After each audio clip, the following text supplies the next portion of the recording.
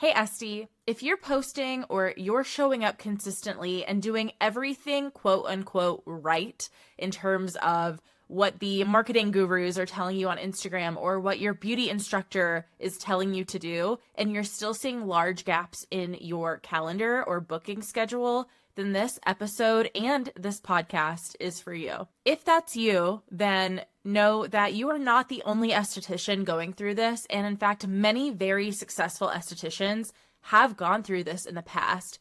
And you're probably noticing that you're hitting a revenue plateau or you're getting very close to that.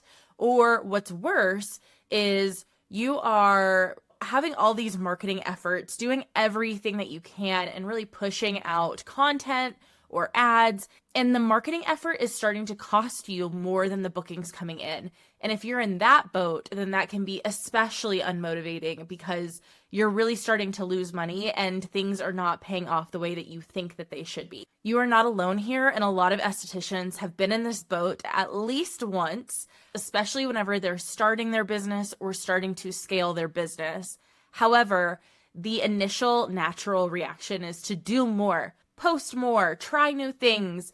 But before you do that, I want you to take a step back because there is probably a future version of you doing more, trying new things. However, they might also be simultaneously burning out if they don't know the proper steps to take to identify what's broken or not working. So that's what we're covering today. By the end of this episode, you are going to find out what that gap is between people knowing that you exist and actually booking with you and why there's a disconnect between the two for your business. You're also going to leave here with an esthetician-specific framework that really funnels your clients from finding you to booking with you and staying loyal. Because once you can step back and objectively find out why people are booking you or not booking with you, you can stop spinning your wheels on trying new things and start fixing those things that are broken. You can identify that gap between someone finding you and booking you and fill it so that you don't have to try so hard. You just have a system that's working for you and working for your clients coming in. So Esty, let's get you booked up. Welcome to GlamTech Marketing's Booked Up Esthetician podcast, where estheticians are able to find marketing strategies that actually work for their business. I'm Faith, I'm a licensed esthetician, and I have a master's of science in digital marketing analytics and over 7 years of helping fellow estheticians build and scale their businesses through marketing strategies and brand management.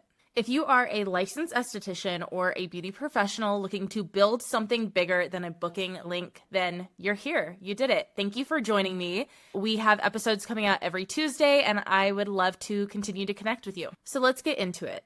In my experience of the industry and working with estheticians, usually whenever somebody is coming to me and they have large gaps in their calendar or they just have a very inconsistent business and they're not able to scale the way that they're wanting to, it's usually coming from a point of confusion of the gap between what they think it takes to get booked versus what it actually takes for a client to book with them. And a lot of times they think that it takes more, doing more, showing up more, trying out all these new fancy things, when actually it can come from deeper down in the booking path that is a little bit less controllable in terms of visibility. And it just needs to be very clear and concise. Because on the inside of an inconsistent business, there's good weeks and bad weeks, right? So you might be experiencing a good week and then a bad week, and then a good week, and then a bad set of weeks.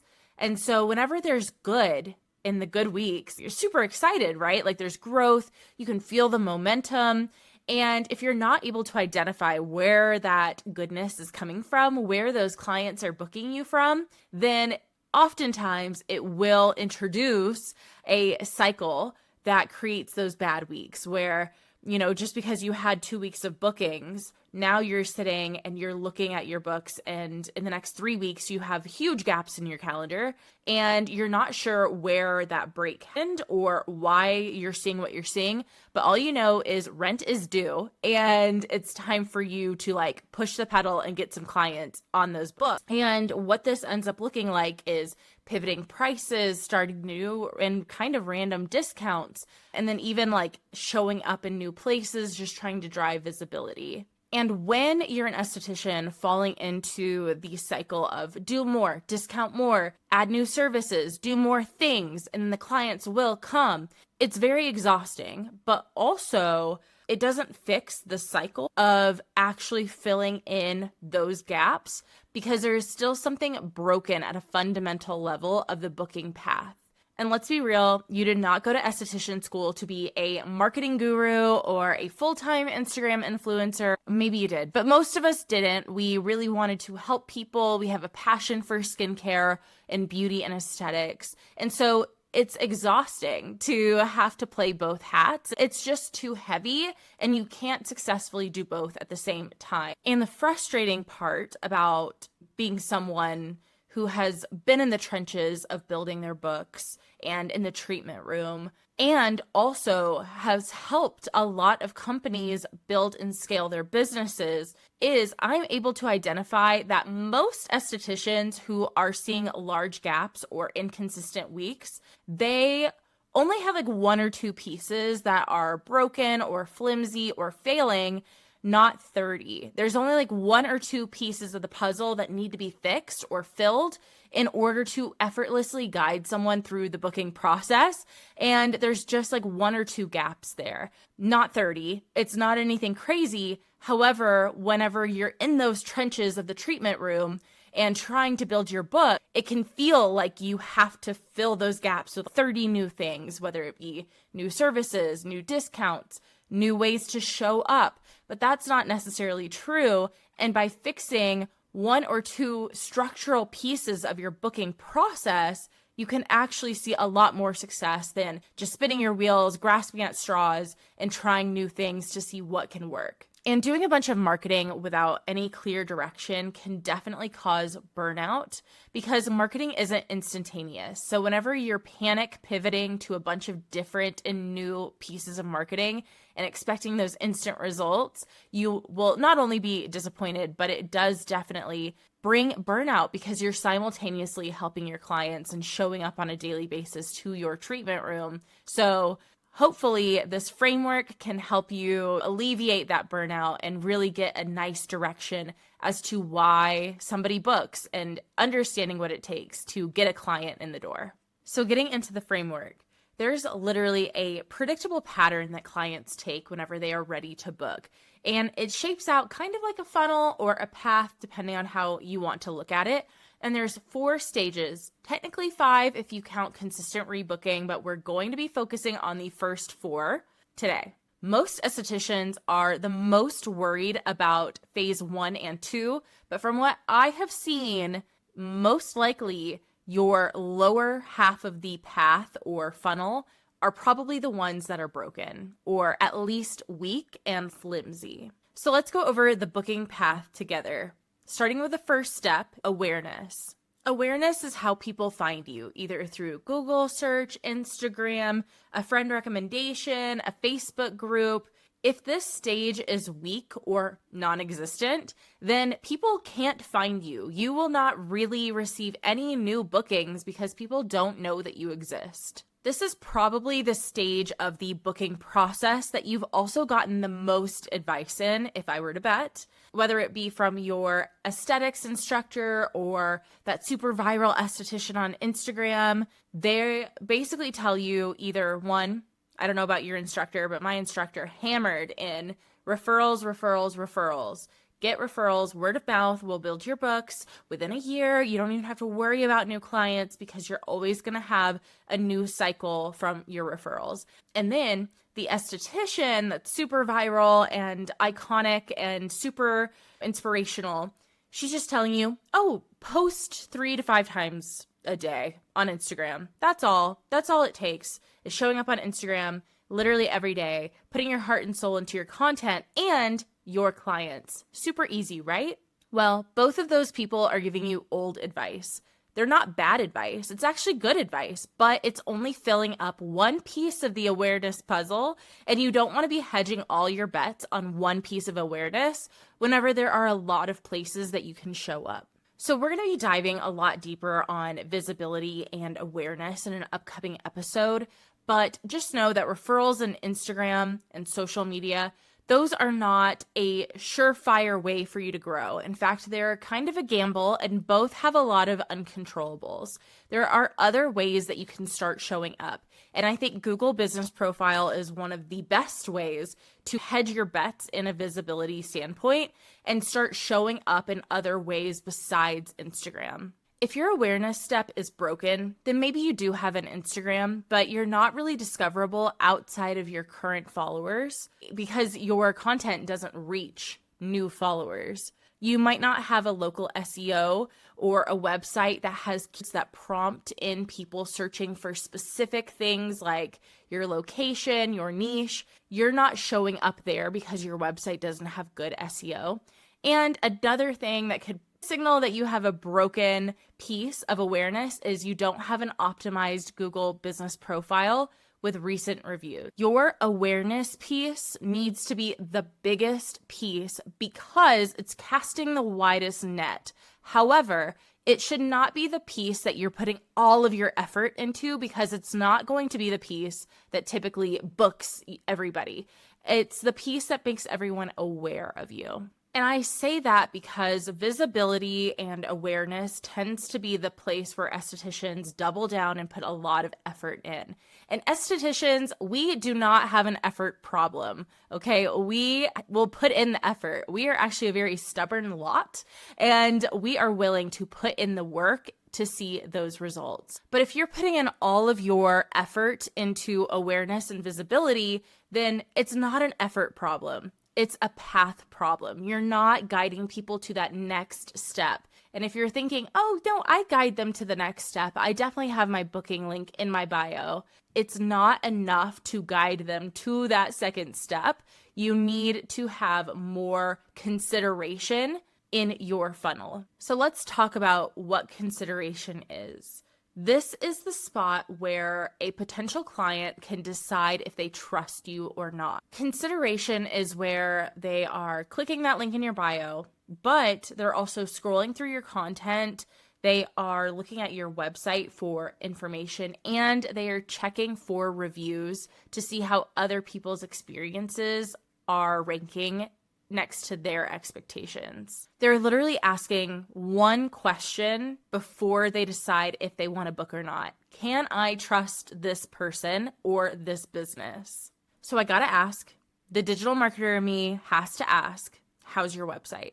Because your website can be the real bridge between someone just knowing that you exist to being hands down super excited to be your client. The reason why is because a website can hold more than any other piece of marketing content that you've ever been exposed to.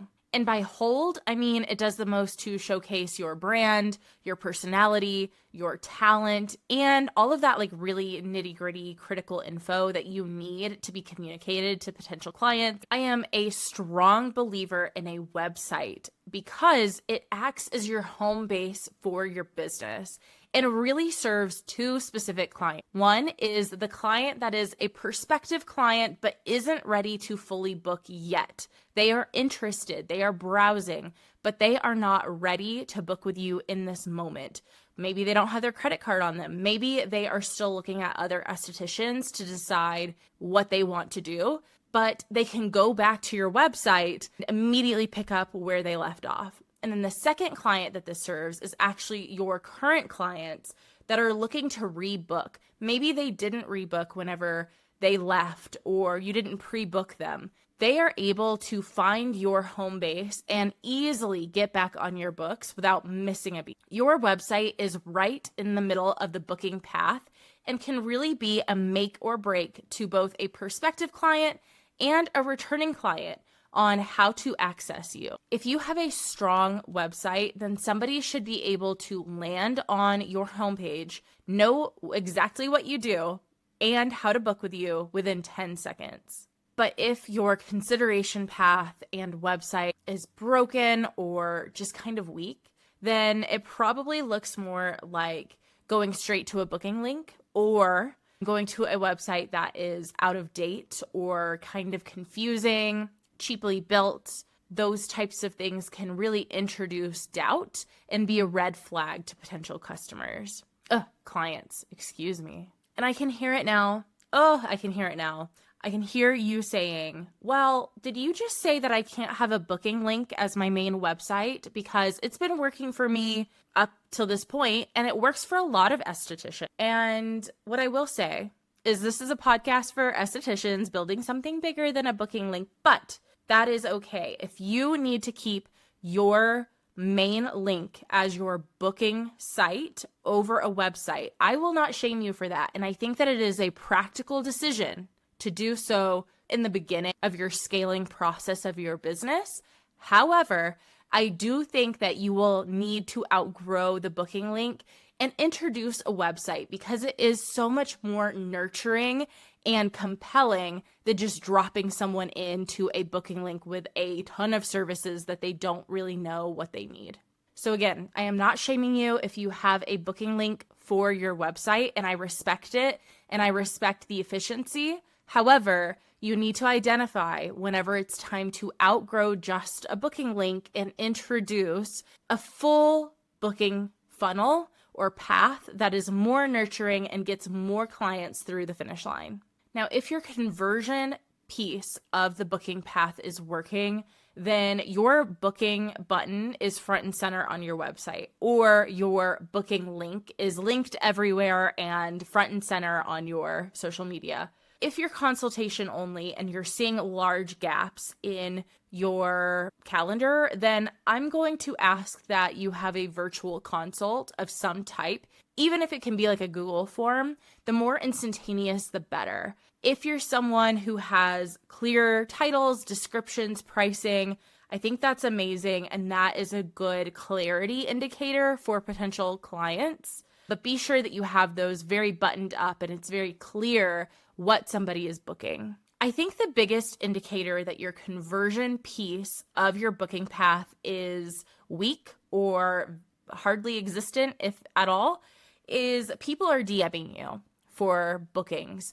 And if you are getting DM'd, then you already know that this is what you need to be fixing, because people don't know how to book with you. They don't know where the pricing is. They don't know maybe exactly how to find any of your information. So this is a huge signal to fix that. And if you're running your entire business through DMs, I've got to tell you, this is going to burn you out. It is impossible to scale your business while accepting and running all clients through DMs. It's just not sustainable. So needing any extra steps like DMing, or you asking them to fill out a consultation form or a consent form before they book, those are all extra steps that will cause breaks in your booking path. Not to say that there are not estheticians who successfully do this, but if you are not seeing strong booking numbers in your calendar right now, it's time to scale back and simplify and really look at what isn't working,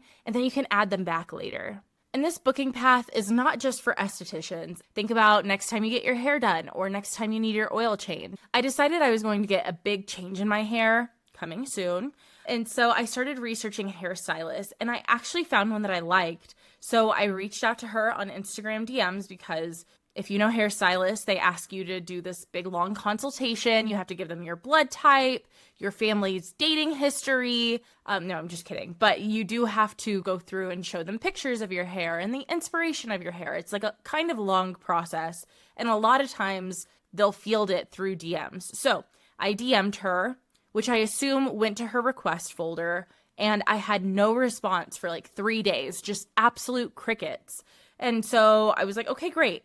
That's fine. She had a booking link on her Instagram. So I went to her booking link and I booked what I think I needed, or what I thought I needed rather, and then also booked the consultation with it.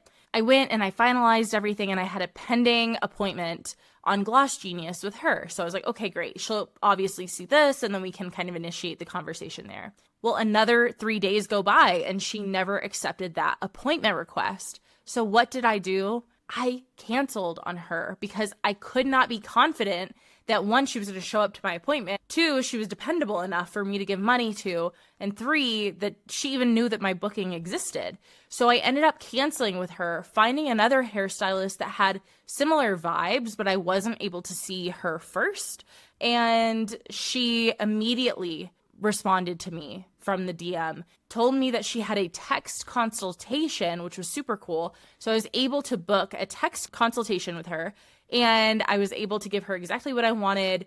We got everything booked, and now I'm booked with her and not the original hairstylist that I had. So that's just to tell you that it's not the first service provider that gets booked. For new clients or returning clients, whatever it may be, it's the person who makes it clear and convenient that comes out on top every single time. Which brings us to our last piece of the booking path that we'll be talking about today, and that is retention. And retention is all about rebooking and asking yourself, did they come back? Did you give them a reason to come back?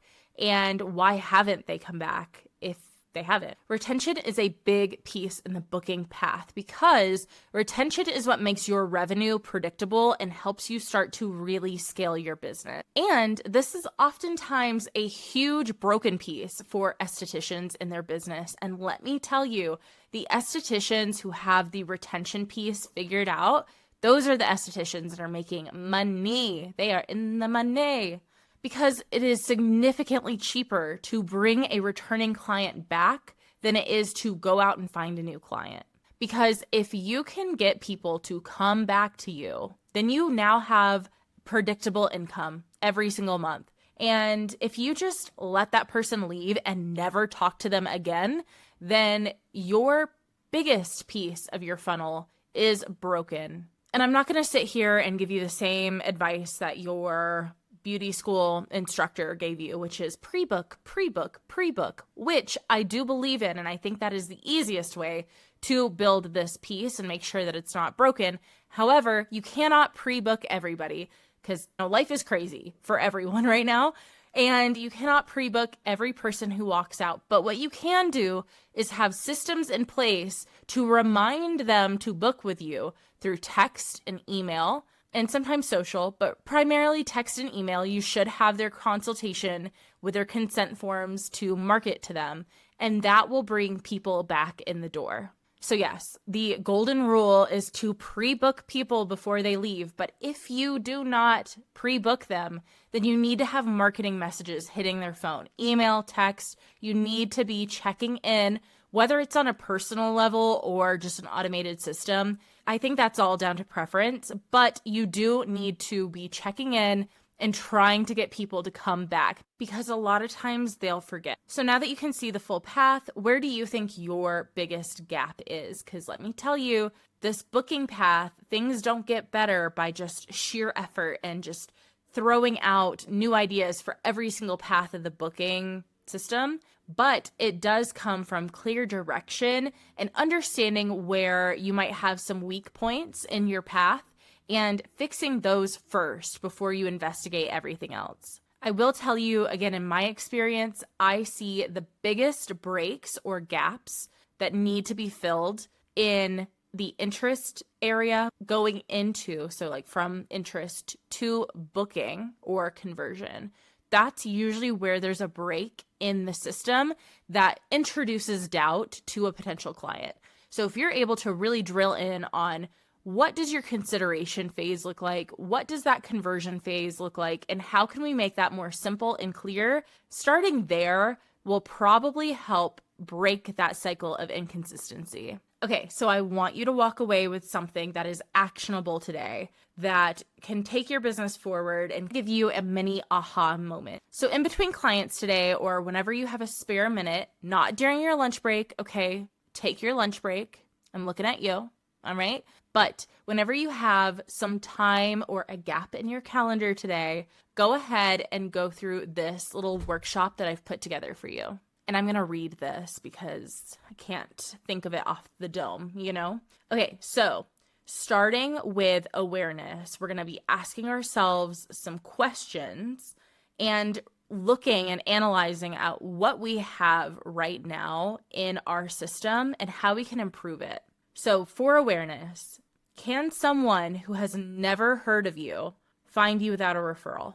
How? And if you're not sure, go to the incognito window of Google Chrome and type in whatever your niche is or the location that you are. That's a good jumping off point to see where you rank in terms of search, at least. And so, yeah, can they find you? how can they find you? And if the answer is, oh, well, I have an Instagram. Okay, well, what if they don't use social media? Or what if they just like don't follow your inner circle? How do they find you? Because we got to dig deeper.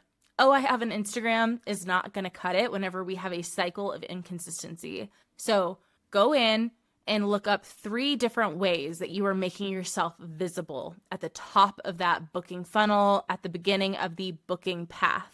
3 ways that people can find you without a direct referral, might I say. Okay, if they have a direct referral, that's all bets off. So somebody new, somebody that's never heard of you before, how can they find you? Moving on to consideration. If somebody finds you right now, do they know what you do, who you serve, and why you are the right choice? So you know how I feel about websites, okay? So I'm going to tell you that you need one. But if you can tell me that all of that information is accessible without a website, then I'm going to tell you you're on the right track.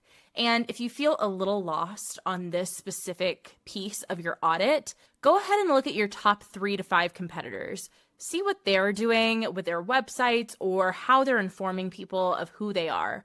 It can be also something like a pinned social post on their Instagram. So there's a lot of ways that you can communicate what you do, but you want to make sure that everyone is able to see that information immediately. Okay, going into conversion. How many steps does it take to book with you? Count them. Genuinely, go in, say that you are a client that wants to book with you, and count how many steps it takes for them to click book. Okay, so for retention, what is your actual system for getting clients back to your business? Not a hope or like, I hope they come back. We had such a great conversation. They said that they really liked their facial. No. What is your system? How are you reaching back out to them? If your answer is, I don't really have one, or it's pretty minimal, I just try to rebook whoever leaves, okay, that's fine. But start keeping track of your returning clients, because if you're seeing people once or maybe twice and then never again, then you are turning down thousands of dollars a year that you could be really cashing in on just by having returning clients. And it's not because they didn't like you. It's just people get really busy, they get out of a routine, and then they get nervous or sidetracked and they go find someone new, but not because they don't like you. It's just the reality of our industry. It's not a primary necessity. So people tend to accidentally shop around if they don't find someone that is very intentional on keeping them as a client. So here's what I want you to walk away with today. Your booking problem is not an effort problem, okay? You do not need to do more, but it is a path problem. It is a funnel problem. So you need to be fixing wherever those leaks are or breaks are in your path. And wherever you see gaps in your calendar this week, just know that's probably where a potential client just free-falled out of your funnel or out of the path. They just fell off and you never knew where they were. But you can fix this, and you can actually start to fix your booking system this week so you can start seeing improvements right away. And before you do any other marketing efforts this week, I want you to audit your booking path. And I gave you some questions to jumpstart that process, but if you want a structured framework for your audit that helps you document where the breaks are, I created the Booked Up Esthetician Marketing Audit. It's built specifically for estheticians and walks you through every single piece of the booking path to understand where you're showing up really well and where you could use some work. The link is in the show notes or in the description, depending on where you're listening. And it should take less time than busting out a dance to an Instagram reel and having to edit. But seriously, my goal for estheticians is never to do more marketing. It's to do more with your marketing and really guide people on the right path. Okay, we did it, Joe. We did our first podcast episode. Thank you so much for joining me for GlamTech Marketing's Booked Up Esthetician podcast. I post new episodes with fresh marketing strategies specifically for estheticians, so I hope you join me next week. And if you learned something new from this podcast today, it would mean the world if you left a review or a comment and sent this to one esthetician who might need this help too. And you can also find me on Instagram and TikTok through GlamTech Marketing. I will leave that in the description and show notes as well. If you'd like to connect, I would love the opportunity to connect with you. Thanks again, Esty. Have a great week ahead.